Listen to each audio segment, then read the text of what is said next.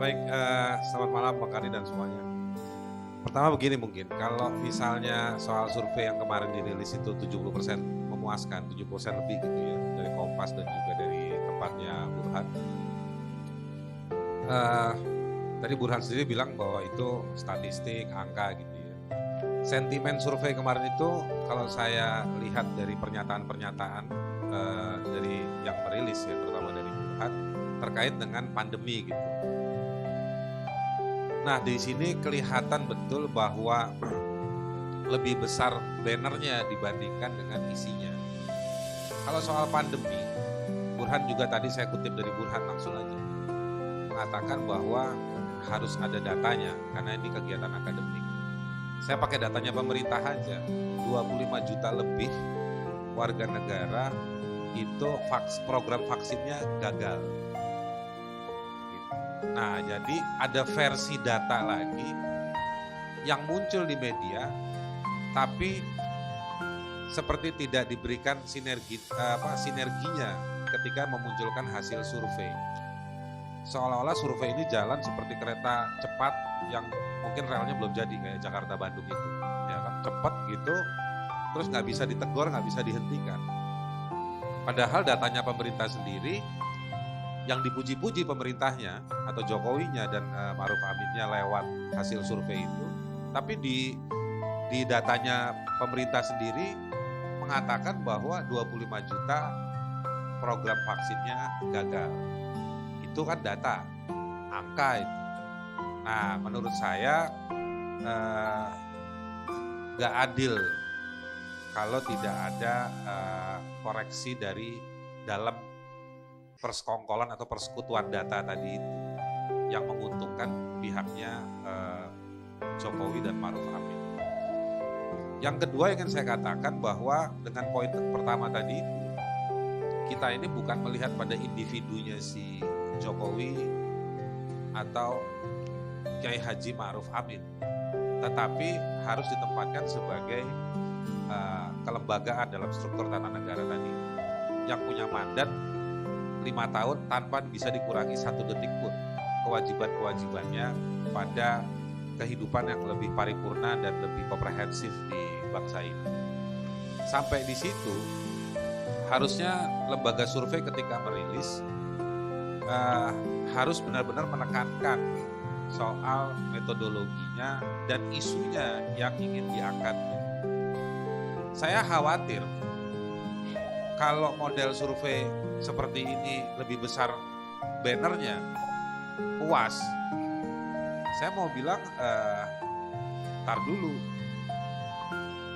Pakai data atau metodologi survei aja di beberapa bulan sebelumnya atau tahun lalu, ada survei tentang masyarakat yang makin takut untuk berekspresi, makin takut untuk menyampaikan sesuatu.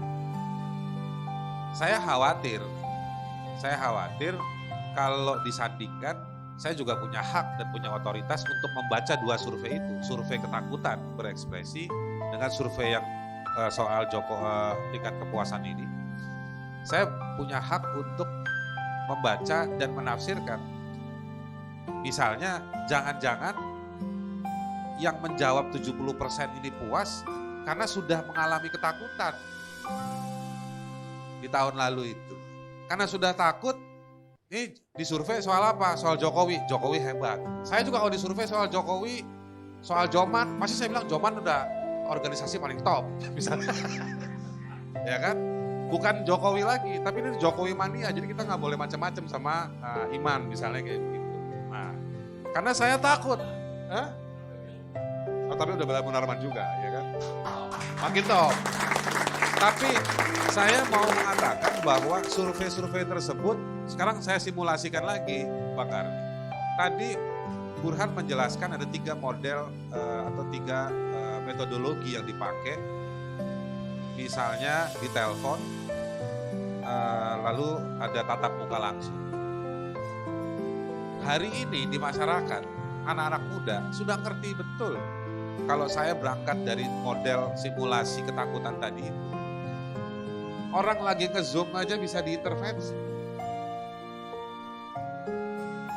Yang simulasi 3 dimensinya adalah dia cuma dia dengan HP, tetapi kayak ada sesuatu yang bisa masuk ke dalam apa itu? Sistem IT itu, lalu mengintervensi. Kalau ceritanya banyak teman-teman, ada yang gambar porno, video porno, meracau di dalam Zoom itu. Jadi memang ketakutan, kepanikan, ketidakamanan, insecure itu terjadi di masyarakat.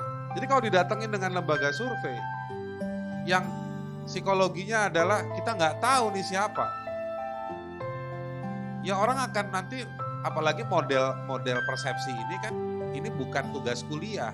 Kalau tugas kuliah dulu kita dikasih PR, dikasih tugas akhir, dikerjain seminggu dikumpulin, kita bisa riset bahannya, itu akademik.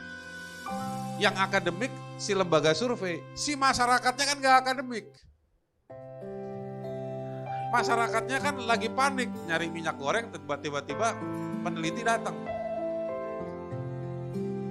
Ya kan, si masyarakatnya lagi ngantri beli tempe, tiba-tiba peneliti datang. Penelitinya akademik. Yang ditanya kan nggak akademik.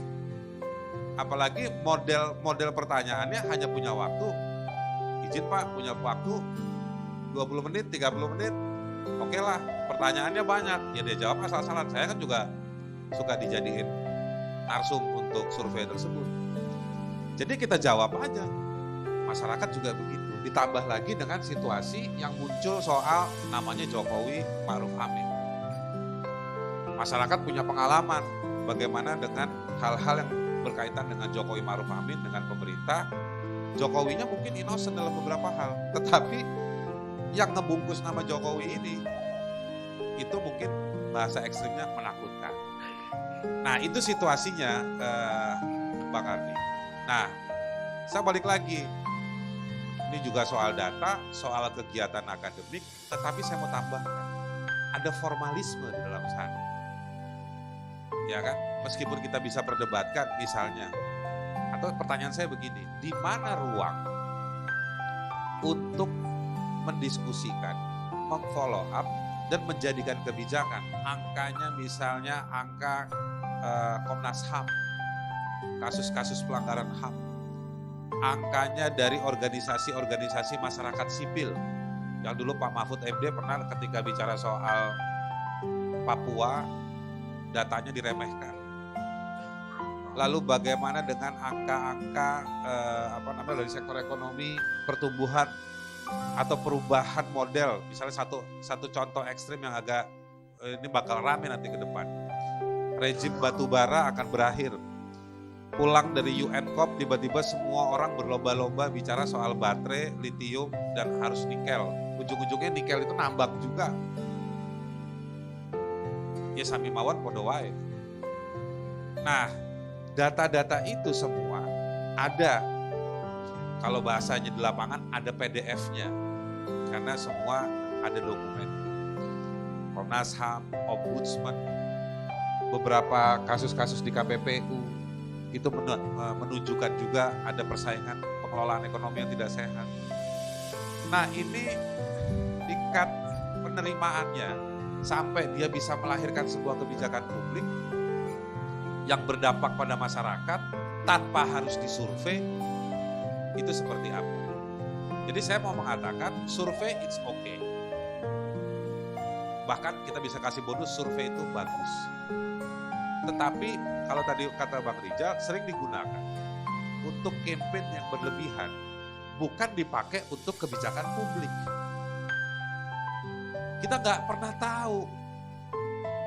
pernah tahu survei-survei itu kalau kita bilang oke, survei oke lah, tapi dipakainya ke dalam pemerintah oleh DPR itu seperti apa? Mungkin ini ada 2 anggota DPR bisa menjelaskan. Baik. Kapasitas di tingkat pemerintahan daerahnya seperti apa mengelola penggunaan survei tersebut dan juga data-data yang lain. Nah ini yang menurut saya masih problematik, punya PR besar, dan kita harusnya nggak boleh dibius hanya dengan banner-banner Jokowi memuaskan. Oke. Ya kan? Jangan-jangan nanti punya persepsi lain lagi, memuaskan apanya nih gitu kan. Kira-kira begitu. Ayo.